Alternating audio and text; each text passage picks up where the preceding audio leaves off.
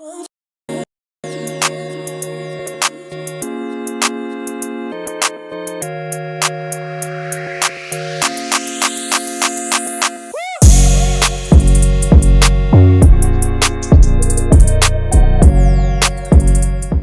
going on, people? Welcome to United View. Welcome to the morning show. Me and Owen taking you through the latest news at Manchester United, the latest goings on. Happy Thursday, 9th of April. Thursday? Tuesday. I just wanted to see if you guys were still, still with it. I'm just going to drop a different day in and see if you know. Yeah. Because Owen, you've been, you've been catching up on sleep. So I've got to test you out, see if you know where you actually are, what you're doing, what day it is. Because you might not. You say catching up. The problem is, I've done the thing that a lot of people do when you're bouncing back and forth from the different time zones. I slept a lot. Well, I slept a bit yesterday in the day. So when the time came to actually go to sleep last night, didn't really go the way I hoped it would kind of go. And then obviously in the world of wrestling, Flex, there was another thing last night. So I went, well, since I can't sleep, I'll have it on in the background. I'll have it on the background while I'm trying to go to sleep. And then next thing you know, it being on in the background turns into you sitting upright watching it all the way through. All the way through, yeah, exactly. Yeah. Not just like and then and constantly checking the clock, going, got to be up in a couple of hours. Yeah. I hear you. So yeah, so coffee this morning. It'll be fine. We'll get through it. It's cool. I think I need to zoom out as well. My head's being cut off a little bit. It's annoying. I just thought you got a big head, and very. Before you just leave me with a big fat head. Yeah, well, you've been hanging out with Rio Ferdinand, Patrice Evra. I thought, wow, Flex is just, he's got the big head now. No, I'm not KG. I won't change. In fact, I'll do the opposite of it was KG who rang me actually on that. Because again, in the element of just still the same, just take it in your stride, just another day, just got to, he's rang me and gone, bro, I've just seen a picture on Instagram. Yeah. I was like, yeah. He's like, bro, stop normalizing what you're doing. Like, you're sitting in between the leg, bro. Like, you need to pause. You need to take a step and think but you know what it's like, Owen. Like, we're just going and going and going. It's like, on to the next. You wake up in the morning, I had a nightmare with the laptops the morning, when I was getting the show. Yeah. Just stuff happens and you don't take a minute to pause. So it was only KG who made me go, bro, look what you just did. And then I took a moment last night and I was like, actually, that is pretty sick. But you're right, Owen. You're right, because I'm not a KG comedian. I'm not gonna be like, can't talk to me, mate. Change your number. Do you know who can't talk to me as well? And PS brings this up. Roy Jennings can't talk to me. He says, Owen, what did you see what Roy Jennings said about people who watch wrestling? And I did see this actually. What did he say? I did see this, and I thought about quote tweeting it, and I thought, Owen, save it for the show in the morning. He said, and I quote, if you're an adult and you are into WrestleMania, the chances of you being the thickest person in any room you've ever been in are exceptionally high, is what he said on Twitter. Now, obviously, his replies to this were filled with an interview he did with Triple H, in which the pinned comment from him says, quote, loved doing this, an honor to meet the great man. Really hope you all enjoy this. Cheers. I would just respond to that and say, Rory, if you're an adult and you're into Chelsea, the chances of you being the thickest person in any room you've ever been in are exceptionally high. Just replace WrestleMania with Chelsea, you fool. So... Owen versus Rory. Yeah, Rory. This is Rory, innit? Rory talks in absolutes at all times, even though it completely contradicts something he's done before. It's Rory. That is the one. I didn't know he said that on Twitter. You're going to upset a lot of people by saying that, mate, including Owen Wrestle News 3655. Yeah, well, So yes. Well, good response, Owen. Good response. Yeah. Very classy. Very classy. We have got a show. Classy. Finished it up. You not bad. Yeah. There you go. A bit more. Okay. Any more? Get a little bit more out there. Next time you talk to Triple H, say it to his face. That's what I would say. Since you're so happy to talk to the great man, as he said. What are we saying? PPV, Owen, Rory, TLC. Oh, mate, me and Rory, I beat the shit out of him. I beat him. Oh, Oh, I'd win that battle any day, and you know it, Flex, as well. mate, I can. You're a big guy. You're a big guy. Yeah. Rory's a very little guy. So. I'd have to drop. I'm not sure what weight class we'd have to find out some very big middle ground. Mate, Rey Mysterio used to fight Big Show, mate. So well, yeah, let's have a wrestling match. In flipping wrestling, there is no bloody classes. They just. What you say, me versus Rory is like the equivalent of Rey Mysterio versus the Big Show. I'm not sure which way to take it. It's something like that. Something like that. Yeah. Oh God. Honestly, Rory, if you're watching, could be a challenge on the table, mate. It could be a challenge on the table. You've rattled Owen. You've annoyed him, and that's not good, Rory. It's not good, bro. I don't know if you want to reach out to me and correct your statement. I don't know, which Rory definitely will not do, by the way. Yeah. We'll get a video on his channel, you know, a bit like the Erling Haaland one, going, well, I made some mistakes. I made some errors, you know. Oh, mate, honestly. Like someone said at the beginning, as I say, somebody, it was All Elite and many others with some great advice at the beginning of the show before we get into everything. All Elite said, I think, smash a like. There you go. Morning, family. Hit the like on your way in before you take a seat and get all comfy and listen to a football show about wrestling. Absolutely. Casper says, big up all United fans. Remember that in spite of differences in opinion, we always stay united. And the first super chat of the day from Ivor Clips, big up to him, says, Bruno will do better in a more settled team. Thanks for the first super chat. Aslan, I see you. Danny Luciano says, morning, Flex. And Owen, big up UV fam. Good morning, UV lads, says Matt and Jenny. Aminor, hit the likes, people. Wasabi says, morning, UV family. Javid is there saying good morning. Everybody is in there. Lil Yo-Yo as well. Summer clear out, you know. Summer clear out. Samuel Luckhurst done a piece, big piece. Wow. Yeah. This article, Flex. It's an opinion. It's very scathing. It's very scathing. Some of it, you go, I wouldn't. Even if you don't like them, I'm not sure. I'm not gonna lie. The Brandon Williams bit, I cut that out. Yeah, I cut that out. I cut that out. I don't want any part of it. So damning because it's like it is pure character assassination. It isn't just this guy's going to come to the end of his contract. It hasn't gone well at Ipswich, so he's going to move on. It's talking about court cases, nitrous oxide, driving bans, going to court. Like it's just, you know, even the ghost of Rafe the Phantom. I don't like the way he described that as well. But it was you know, let's get into it though. But summer clear outs. We've got an abridged version that we can go through. So basically what he was saying. So he starts off by saying, and even this is a bit much. He says, when old soldiers die, new ones come in. Eric Ten Hag said, the creaking war horses, Raphael Varane and Johnny Evans, are out of contract in under 3 months. And I thought he could just say that they're out of contract. But nevertheless, he continues on. He talks about some other people, saying Tom Heaton, Anthony Martial, and Brandon Williams are among the senior players whose deals expire at the end of June. Martial was supposed to be back by now, but to no surprise, he has not been involved in team training sessions. Williams is one loanee United can release. His contract comes to an end at the end of the season as well. Donny van der Beek, Jadon Sancho, Facundo Pellistri, and Mason Greenwood were still under contract if they return after June 30. 4 starts and 2 substitute appearances suggest Eintracht Frankfurt will not take up their option to buy Van der Beek, an unused substitute in their last 3 matches. Bloody hell, Donny. And that's crazy, isn't it? Sevilla have an option to make Hannibal Mejbri loan permanent, but he's made only 1 La Liga start. Alvaro Fernandez has to play a certain number of games to trigger a permanent move to Benfica, which may account for his lack of minutes in recent weeks. Pellistri is playing regularly for La Liga relegation certainties Granada, and the Uruguay international is one of United's most sellable assets.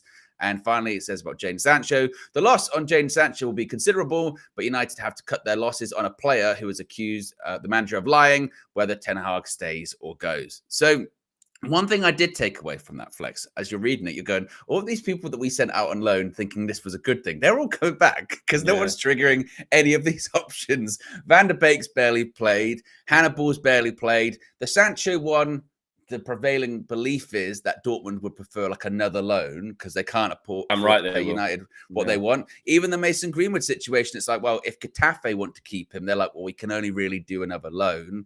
He might go maybe to another Spanish club in La Liga, but there's a big summer clear out, but there's still a lot of work to do, isn't there? Loads of work. And these are the players, and this is how a reminder of how big the task actually is to undo this mess, because these are not, you can't even class these guys as fringe players. They're beyond that. Like they're already, their careers are all over at Man United already, pretty much. I mean, the Mason Greenwood one, there was some ums and ahs with it, but I would probably lean more towards he's going to stay in Spain in some capacity. Sancho's probably not going to come back. Can't see that. And the rest of them, contracts up, or, you know, Donny van de Beek, never, you know, they're not going to resurrect their United careers. And so these are players that couldn't be further away from the group. And how many players was that? Donny van de Beek, Heaton, Palestri, Fernandez, Hannibal, that's 5. Mason Greenwood, Sancho, 7. Martial's 8. Then you got Varane and Evans. But they're in it now. So it's 8 that are just. Did I say Facundo? Is that 9? No, you don't. I don't think you did say Facundo. Did I not? If I did or I did, so it's 8 or 9 players that are like, forget like they're making the bench every week and they're helping us at the moment. No, they are gone as gone could be. Like already, they're never coming back. Forget like, well, they are coming back, but we've got to find a like forget like Maguire, McTominay. Like, oh wow, you know, they have played a part this season. They shouldn't be. These are people that are, like you said, so on the periphery that you almost forget they're under contract to Manchester United. That's what I'm saying. And you have to, and INEOS have to find solutions for, let's say, 8 or 9. It's 10 players, says Kristen. Is that including the Johnny Evans and the Varane thing? I was just taking those 2 out for now. Or is it including? Is it not including them? If it's not, then bloody hell, Kristen. But 8 or 9 players, let's say, like you're saying there, Owen, that are nowhere near the actual group setup. And INEOS have to find solutions for all of them very, very quickly. Donny van de Beek, you then have to say, I tell you what, just whatever. You have to start cutting losses. You have to. Hannibal, you have to find these loan things aren't working for these guys. They're just not working. They're not good enough. It's and we thought we had these loans with decent clauses. We were like, good, you know, Hannibal, and they were. I don't know, but and they were on paper. They're good deals. Yeah. But I suppose the thing we didn't factor in is, what if they're shit, or what if they don't do very well? we did with the Sancho one. We said actually, there's a lot of pressure because he's going there. It's a loan. It works for everyone. But if he's shit there, and they go, don't really want to. And now we are probably going to get that. With the Donny one or the Hannibal one, we just assumed, they'll definitely make that permanent. It'll definitely work out. And now they're coming back, and they're less desirable than they were previously. And it is the sort of scope of what's to come this summer, which is why I suppose we get excited, don't we? We get excited because we're not sure what's going to happen with, you know, INEOS, and what is the recruitment going to look like with Omar Barada leading the charge, whether or not Dan Ashworth, Jason Wilcox, et al. Are all involved by then. Time will tell. We'll have to wait and see. But that there is an element of excitement because, hopefully they'll be able to bring good players in, good deals, and get some players out. But like the scope of what they've actually got to do is massive. Like you said, just before you even get to the real big decision, we're talking about, wow, this club, can we ever really be successful if we don't get rid of a Bruno Fernandes or a Marcus Rashford? Are we ever going to be really successful? We've got to make some those difficult, hard decisions. Those decisions and conversations, they're like 4 or 5 steps down the line. They've still got to do the first, I would say priority, but what we would define as easy decisions, which is like, okay, what do we do with Donny van de Beek? Okay, what do we do with Hannibal Mejbri, or what do we do? Like those people we're talking about that their contracts are expiring, like a Brandon Williams. You go, well, or Martial, that's going to take care of itself. We don't have to do anything about that. But those ones which historically have been difficult for us to do because they're a player. I want to say this, I suppose, the most respectful way that I can, but they're a player who's, like in the case of like a Donny or someone else, where they're on a contract where they know, I know where I'm going next is going to be nowhere near this, and especially now, financially. So, what do? Do I sort of sit out? Do I stay here and just go, got a deal? I suppose, like, you know, maybe an injury crisis might happen. Maybe I'll work my way in and we'll see what happens. Or do I go somewhere else and just kind of twiddle away into sort of mediocrity or sort of mid-tableness wherever I go? And that's tough. That's really tough. And it can't be overlooked how much we have to deal with the sins of the past. And as I said, that's like 2 or 3 conversations away from then looking at your real big decisions. Okay, what about, said Bruno Fernandes? Okay, what about Marcus Rashford? Okay, what about like those conversations that we have as fans every single week when we watch the team are not even the biggest conversations. They're not there because we're so far away from it. Yeah, but then there is, in trying to find not positivity, but in trying to look at a way that basically they do make some big decisions, because it also part of what they have to do is they can't just say, oh well, we've got a summer of like all these mediocre guys that have to leave and stuff, we just have to focus on that. So we can't. No, the actual playing squad needs overhaul and big decisions and stuff like that. So it's just, again, the spinning plates. INEOS must find a way, which is why we're getting the best in class. God knows who's going to be here by summer, though. I don't know. It might just be Omar Barada by now. I don't know. Yeah. Jason Wilcox might not be able to start till September. Dan Ashworth bloody might not be able to start till God knows when. We don't know. Yeah. But whoever it is in control, like I think would be naive to think that the audits haven't been done now, so that there is some sort of plan for them. Because, like you say, we can't afford to just, only focus on the likes of bloody, for what do you do for Kunda? What do you do with Hannibal? What do you do with Alvaro Fernandez? Donny van de Beek. Essentially, although is a big chunk of decisions that needs to be made before you get to the big ones, they still can be pretty quick resolutions. It's called just cut your losses. It's called don't actually spend too much time on that.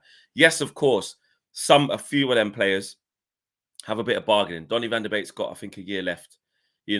So do you just say, listen, we've got so much shit to sort out. Just go on loan anywhere again. Don't care. Go back to Ajax on loan. Go. Eintracht Frankfurt was a bit of a rogue one. Go to bloody, I don't know, Granada. Go to La Liga. Go to La Liga. Go to France. Just anywhere. And then the Man United have to say, same with Hannibal. Like, is he coming back and he's leaving on the free? Or he's got a year left? Some of these things have got a year. They triggered a year. They triggered a year and then sent them, didn't they? Yeah. So these guys might with Alvaro Fernandez. Yeah. So these guys might end up leaving on a free anyway. So they might end up leaving on a free like the next summer. So it's like, just find the short-term solutions, because like as fans, we know the actual starting playing squad, especially if they're going to keep Erik ten Hag, forget what happens to bloody, well, you can't forget it because it's money, and you need to balance you need to find solutions, but find quick solutions to them guys. They're on the periphery. Either say to them, listen, you have to go out on loan again because you're not going to be in the plans. You're not going to be in the plans. You're not going to. Palestri knows he's not going to be in the plans. Alvaro Fernandez, Hannibal. They know they're going to speak to their agents and find a place for them. Whether that's permanent or another loan, cool. But you have to get them out, because INEOS have to get into the actual playing squad, And then if we add Varane and Johnny Evans into that, who are, essential, I wouldn't say essential first team members, but key. Well, Varane is. But look at what's happening. His body's breaking down, injuries. You're now looking at that, which we'll talk a bit about later. But you're now looking at the Varane one, and you're like, the injury. I just can't see it. I do think, and this is why I say it's going to be an interesting summer as well, because I do think we will inevitably have to cut INEOS a little bit of slack when it comes to how much can be done this summer, because I know, because there is so much excitement, but there is so much like new era things are going to be done differently. If certain players, and I can cherry pick some names like a Maguire or a McTominay stays, then you can already hear the moan or hear the accusation, can't you, of things are the same. I can't believe this. They said they were going to change some things. But you do have to, like I said, you have to look at the scope of like, there's going to be, even without selling people, there's a lot of people that are going to be going this summer. Like the change is going to be massive, executive level, at a player level, and not everyone is going to be able to just be able to go in one summer transfer window. It is going to take a couple. And there will be those people that you don't like that do stick around. I mentioned Bruno Fernandes earlier. Not that Bruno's going to leave, but there will be some people going, I thought they meant real business. I thought, they should do a statement. Or even Rashford. If they really showed that they were interested, Rashford, sell him to PSG, because that's a thing. It's not a thing. Like, it's not a thing. No. Or even those players that in an ideal world would be leaving, like I said, McTominay, Maguire. Wow, if they're not going, then nothing's really changing it. There's a lot of people that are going to be going. I mean, even like you said, Varane, Martial, had 2 people on massive wages, huge wages they're going to be going. And the hope would be, like maybe a Maguire, that one does get over the line if he has a decent Euros and coming out of that, and maybe there's a change with the England management as well. So he goes, actually, I tell you what, it's not all about getting in the England squad anymore. You know, I've got, or it's like he goes, I actually know I really do have to play every single week to get into the England squad now. I can't afford to be dipping in and out of this United side. So my point is that a lot of change is coming anyway, but I'm curious to see the United fans' reaction to, is all of the change that happens, is it going to be enough? Or is it going to be based on individual players that they want to see leave?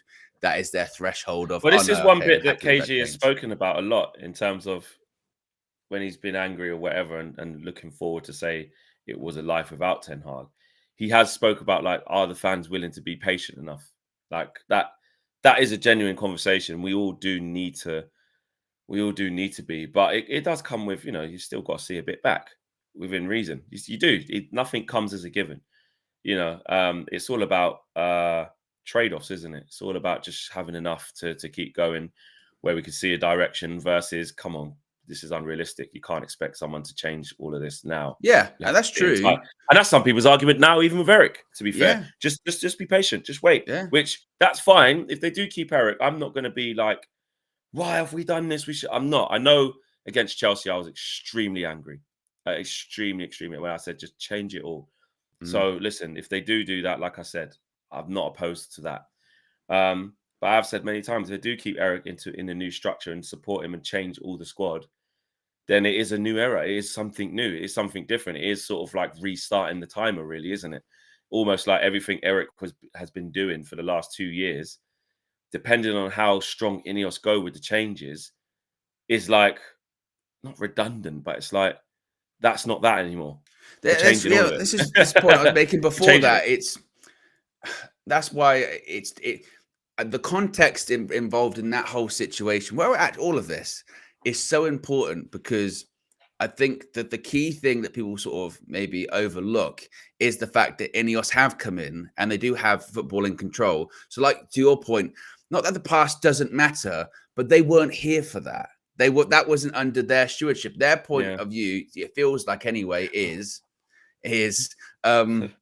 well, since we came in, prove yourself to me now. We're doing this audit now, everything. So prove yourself to us now. And people can say, well, last season, this, that, and the other. And I'll go, cool, but we weren't here like last season. Like, show me it now, kind of thing.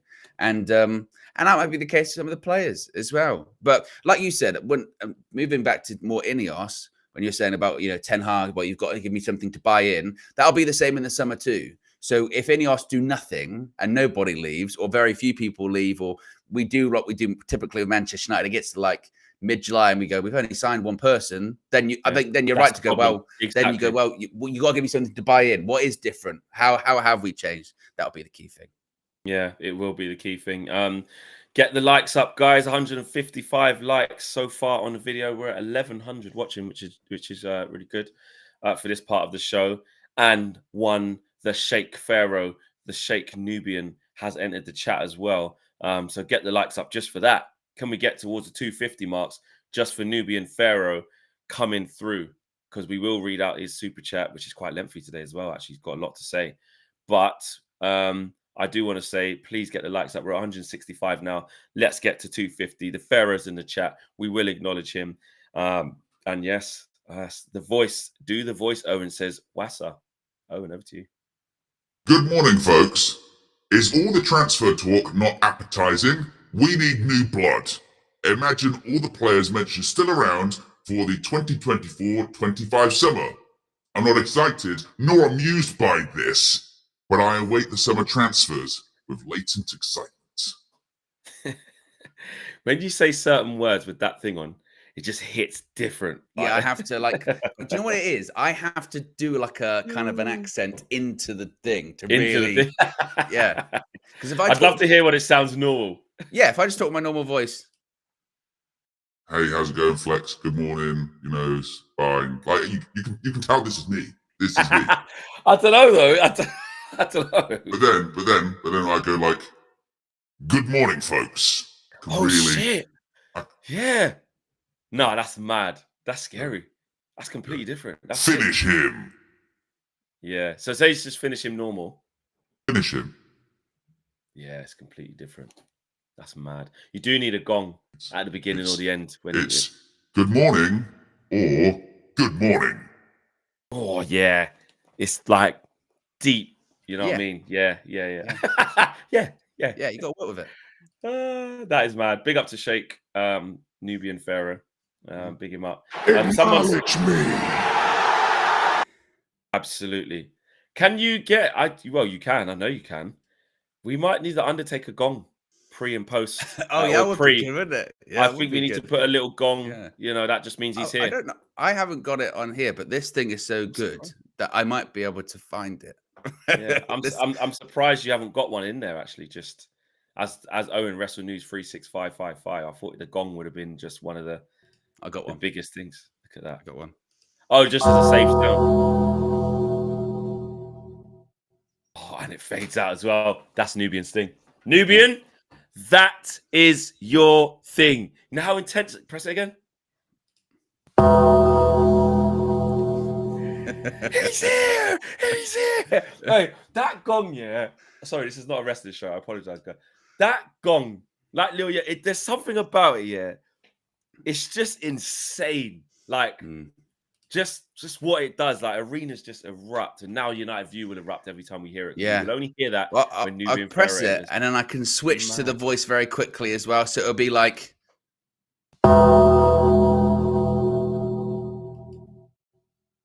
Good morning.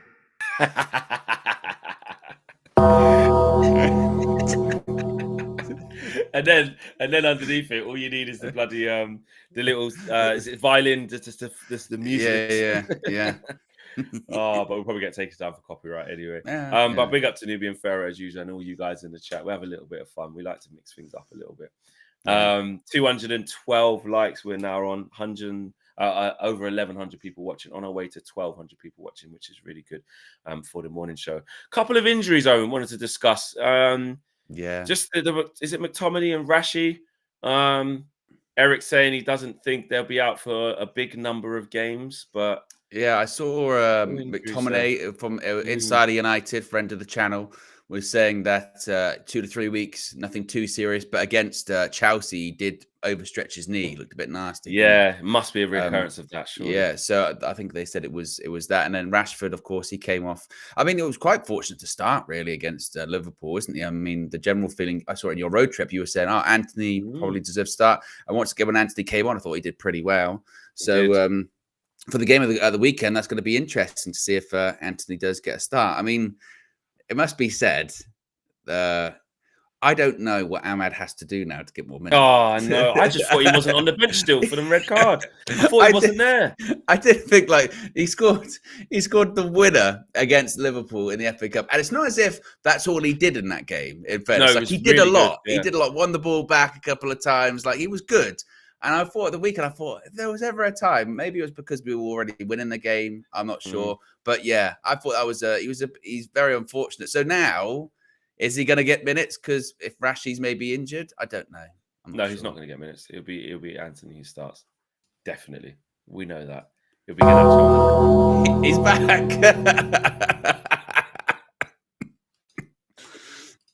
Oh.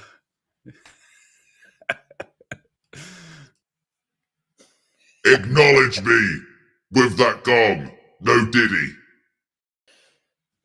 Oh, Nubian Pharaoh, man. And then it disappears.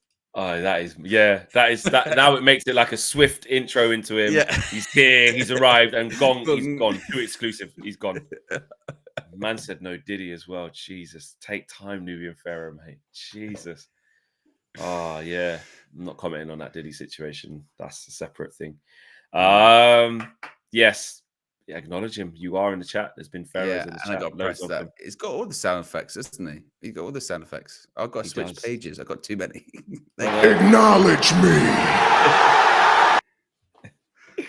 But what was you in the middle of saying? Yeah, sorry, Ahmad. Yeah, I don't know what he needs to do. Yeah, he ain't gonna. I wonder how long Rashford's gonna be. Was he holding it? Where I was sitting, I couldn't really see. Was he holding his head?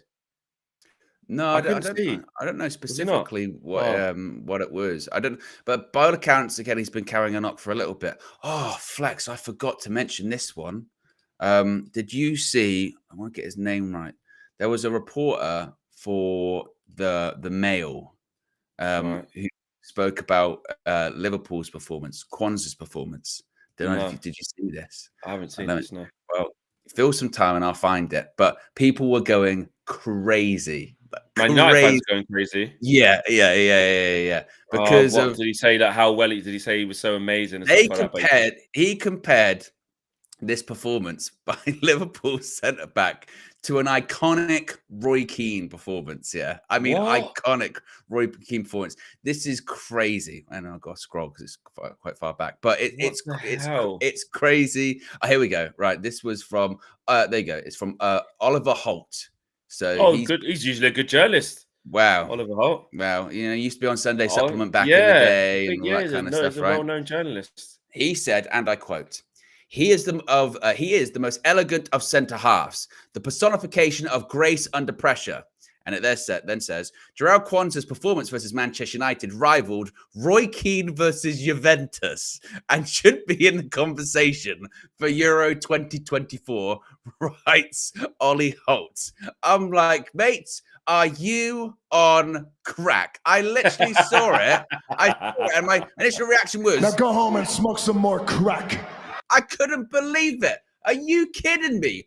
Roy Keane versus Juventus. I don't recall Kino in Turin giving the ball to their captain and scoring from the halfway line. I must have missed that bit, Flex. Do you recall that in the treble-winning season? Do you recall after the game when Sir Alex Ferguson is gushing about him and then Roy Keane goes, I was just doing my job. They go, oh, and the bit when you passed it to the Juventus player and they scored from the halfway line. Are you taking the piss? You know how oh my mad that God. actually. I did not see that at all. I'm surprised I didn't see that on my timeline. Maybe it just got taken down because it was blasphemy. No, it's still. I saw a screen there. grab. I saw a screen grab, and I thought that can't be real. And then you know when you go to the thing, I went, it's real. It's a real tweet. I feel like that. I feel like that is just to literally get under United fans. Again, look, Liverpool fans, you know, we always say that to AGT or whatever, they always find a way to make it about themselves. You know what I mean? Always do that. But that there is a big, you know, sort of situation behind things always relating back to Man United. And do not get it twisted. Journalists are the best at that is what it is. Hated, adored, never ignored, right? Is the saying. And it goes so far because I tell you what, right now, yeah. Oliver Holt cannot believe that. It's impossible. It's impossible. Way. He's been a journalist for a very long time at a big level, right? But what he would have done is gone, I write this and annoy the biggest fan base in the country. It's gonna get people talking. It's gonna get people, even though it discredits me because they're gonna say I'm deluded. I've done my job. I go to my editor. They say, well done, Ollie. Well done. You got people. That's what we needed. Because what they couldn't do in that game is wax lyric about Jurgen Klopp's last thing. You know, oh, he's gone to Old Trafford on his swan song. Nothing was going to stop them getting the 3 points today. They were like animals. And, you know, the Liverpool loving couldn't happen. So you have to find a way, which even if that would have happened, if they would have beat us, then again, it would have related back to us because you can compile the misery on Eric Ten Hag. 3 games, didn't win any. You know, Liverpool about to win 20 titles. This pathetic, spineless Man United team couldn't stop them doing it. And all of that narrative would have happened even if they did win. So all this is proving why we are still, even in our worst form, we are still the most relevant club in the country, which stinks because it shouldn't be. We are awful. We are out of all big conversations. We are not in the running for the Champions League. We are not in the running for the FA Cup, for the Prem. You know, the Carabao Cup's gone, and even when it did happen, people were saying to us it's just a Mickey Mouse Cup. Like, we are always the most relevant club for good or for bad because we're the biggest. It's just But it's one of those, and I get, like, don't get me wrong, I get the nature of the beast, I get the name of the game nowadays. You know, people do the clickbait and whatever, but that's not even clickbait. That's it's just nonsense. It's lunacy. There is no That way, is mad. That is like, mad. he wouldn't go on TV and say that because it's not true. No way. And I, No. you know what I mean? He's on Sunday Supplement back in the day. He would have never said that. They'd have choked on their No. croissants. They'd have spat it out. They'd be like, "What?" I used to like What? Sunday Supplement as well. I used to like it. It used to be really good. Minister Reddy was on there as well, I think. It was great. It was really good. They used to sit around with. They used to never eat the food, which is No, always there's a bit weird. croissants and stuff. It was always there. Stuff, Or sometimes there was an empty plate. So I was like, "Oh, you must have eaten before you started." You know, I forgot the guy who used to present it. I can't remember his name. they went for a couple, didn't they? They went for a good. Yeah. Usually, because the one that used to present it, or one of the people that used to present it, used to be was also like a journalist, I think. Yes, There's yeah, a couple he was. of different Yeah, as well. But then it just shows you as well when things move on from shows like that, because the journalists like, well, do people want to see that anymore? That's it. These are the things where the journalists in general, they are changing. You know, you'll see a lot of them on platforms like ours. You see a lot of them on fan channels now. A lot of them doing video stuff. You know, someone like Samuel Luckhurst did not sign up to do journalism to be in front of a camera, or like the old school journalists like I don't know, Henry Winter, or you know, people like that. They, you know, John Cross from the Mirror, or whoever. Oh, that was it. Yeah, initially it was presented by Jimmy Hill. Initially, was it? It was Jimmy. Yeah, because it was Jimmy Hill's Sunday Supplement. I remember that. Yeah. Yeah. And then, Do you know what I I mean? think it really evolved into more. This is proper journo show. But Yeah. I remember initially it was Jimmy Hill. Yeah, it just shows you how things are ever changing, and you know, we're very happy and proud to be part of that changing landscape, because you know, we're all the fan channels and everyone involved in this space is playing their part in changing what football, not commentary, but football analysis and reporting and discussion looks like. We're all doing it. We're all, and to the point where all the big outlets, all the big ex-pros, all the big journalists have had to go, right, we've got to be part of it. We look at look at some of the biggest journalists in the football space out there now. David Ornsteins and Fabrizio Romano. Gone are the days. You remember back in the day, used to be you picked up the paper and you read the story, and maybe you would see someone's name, but you never knew what they looked like or they sounded like. You used to very rarely see that. Whereas now, they're very front facing, very what they sound like, what they look like, kind of thing. So yeah, it is kind of changing. But I thought that was absolutely crazy. Yeah, that is mental. Roy Keane and Turin. I know. It's just I mean, look, again, he is really good. You know, he's only 21 years of age, and he's a really good centre back. He is. But you can say he's got a bright future, but he made a mistake, or he's like, even if you want to support Kwanzaa by doing that, you're not, by comparing him to Roy Keane. I don't know if you realise you're not. No. You're making it harder for the kid. Tabres says Flex got to explain to Owen who Diddy is. No, Owen knows. Owen knows who that is. I know who he is, and I've got broad strokes of the situation. Yeah. I keep up with current affairs. Exactly. Anything that's in in the media like that, Owen's I'll know. And even if it wasn't for the negative, I know who he was. I knew who he I was. I knew who he was. You would know who he was. Oh, can I ask you this as well, Flex? So during night one of WrestleMania, there was a live performance from Lil Wayne. Okay. Yeah. And they introduced him as, and I quote, the greatest rapper of all time. Yeah. Listen, he's very, very big in the game. Wheezy, as we call him, Wheezy is very, very big in the game. Is he the greatest of all time? No, not for me. Never has been. Never will be. I didn't know he was in that conversation. He's He's not in that conversation, is he? To me, no. To me, he's not in the top 5. Absolutely not. But then I said this. Some people, Lilio says, well, some people think he's the greatest. I was like, really? Some people do. Really? Some really? people do. Oh, some people do. Wait a minute.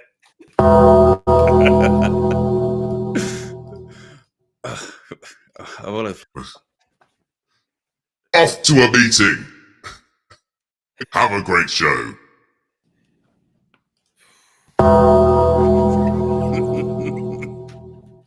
That's brilliant. That is brilliant. Honestly, that is absolutely brilliant. I mean, and now it's like, need I say more? No, No, exactly. It speaks for it itself. covers it. Yeah, Yeah, it is. It perfect. is dramatic enough, and show pausing enough. Yeah, To we don't pay have to homage go, and well, respect. we just literally boom. Yeah, then out the gong. It just changes everything. Changes everything. Big up to Living Pharaoh. Good So he's luck not to the him. greatest. He's not the greatest of No, all time. not for me. To some people, he can be. Depends what age you are as well. To But some some think he people who, is.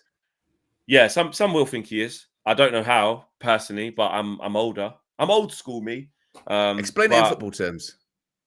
So it's like, okay, I tell you what. In football terms, it's like saying if you're of a certain age, you would have seen Pele and Maradona and their man play. So it's a bit different with Messi because he really can say it like he actually is there. But Yeah.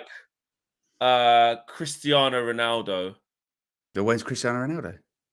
Huh? No, I'm Lil- saying you might try and say like he's better than Maradona because the new kids have seen him play. Or actually no. I'll tell you what. Who's like a modern day great? Would Someone they say? like Would they go like, oh? Mbappe. Would they go like, oh, he's Eden Hazard? Where people go, no, but Flex, he's good. He's really, really good on his day. Yeah, better than that. Better than that. Better Like than he's that. really like he birthed. Like he was behind the group with along with Birdman, which you won't know who he is. I do know who that Uh, is. Do you? Yeah, I do. Who is he? They do the whole was it cash money thing.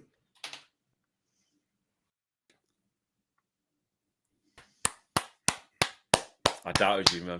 Yeah, I can't be.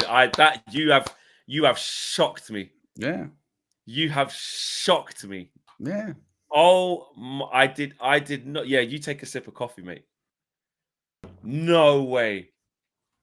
No, no one could believe it in the chat. Everyone's going clip that. Oh my god, no one can believe that. Owen emojis in the chat.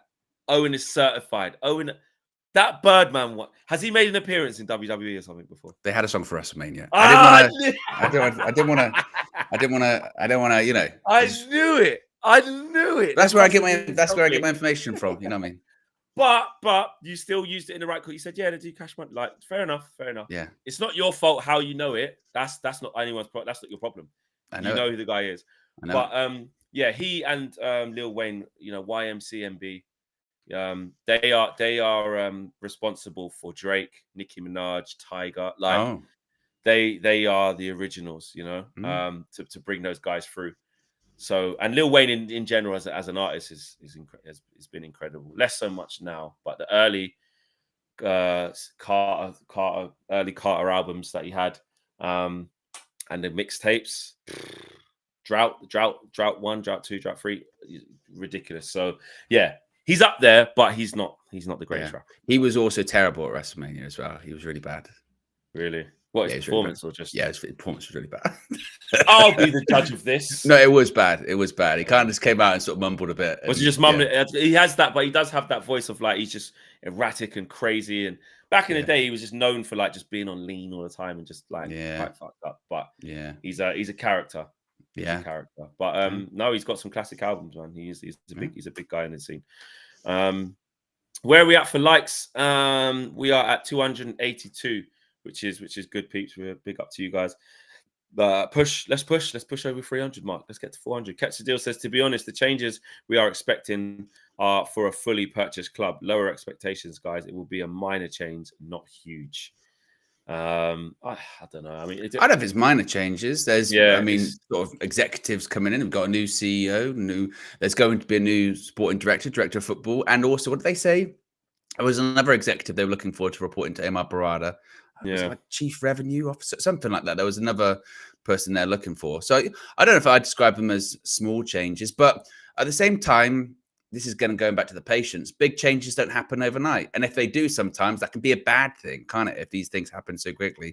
I mean, one of the best quotes that I heard Sir Jim say is that we'd rather walk to the right solution than run to the wrong one. Essentially saying if it takes time to get to the right thing, we'd rather do that than just change for the sake of change and just, get to either a person or a place that we don't really want to get to, which I do think is what we've missed in the past. We've been so reactionary, haven't we?